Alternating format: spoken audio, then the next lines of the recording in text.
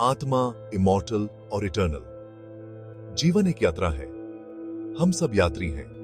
इस यात्रा में हम सुख और दुख, जीत और हार का अनुभव करते हैं। लेकिन क्या आपको पता है, इन सब के बीच एक सत्य अपरिवर्तन रहता है। वो सत्य है हमारी आत्मा। गीता हमें सिखाती है कि आत्मा इमॉर्टल है। ये शरीर रूपी वस्त्र बदलती रहती है, लेकिन स्वयं कभी नष्ट नहीं होती।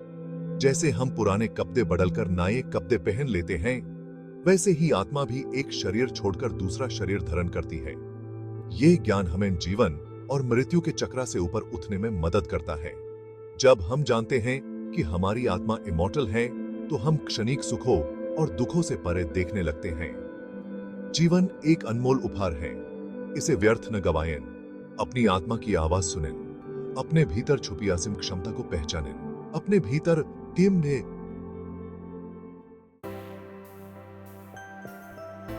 कर्म आपके हाथ में है, आपकी नियति। हमारे जीवन का हर कार्य, छोटा या बड़ा, एक कर्म है। गीता कहती है कि हमें बिना फल की इच्छा के कर्म करना चाहिए।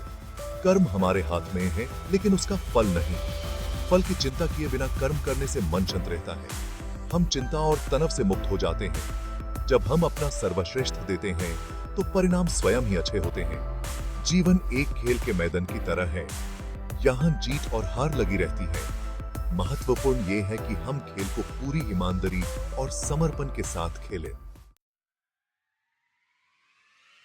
सकारात्मकता, प्रकाश की ओर एक कदम। हमारा नजरिया ही हमारे जीवन को आकार देता है।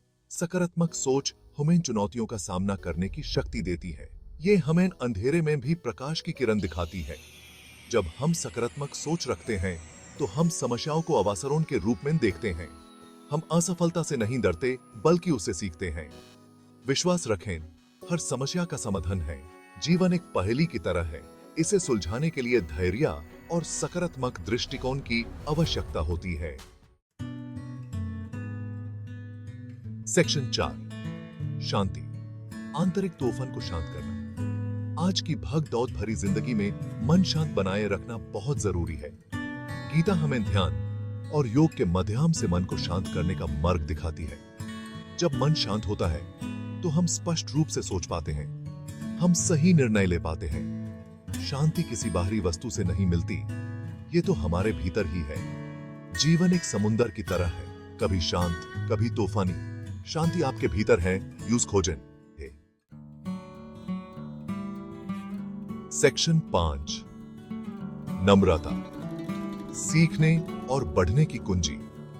नम्रता हमें सीखने और बढ़ने में मदद करती है। जो व्यक्ति नम्र होता है, वो हमेशा नया ज्ञान अर्जित करने के लिए तैयार रहता है। वो दूसरों की बातों को ध्यान से सुनता है और उनसे सीखता है। अहंकार ज्ञान का सबसे बड़ा दुश्मन है। अहंकारी व्यक्ति अपने अज्ञानता के अंधेरे में भटकता रहता है। नम्रता हमें प्रकाश की ओर ले जाती है। जीवन एक यात्रा है, सीखने की यात्रा। नम्र बनें, ज्ञान अर्जित करें और आगे बढ़ें। सेक्शन 6, जीवन का सार, एक उपहार, एक उत्सव। जीवन एक अमूल्य उपहार है। इसे व्यर्थ न गवाएं।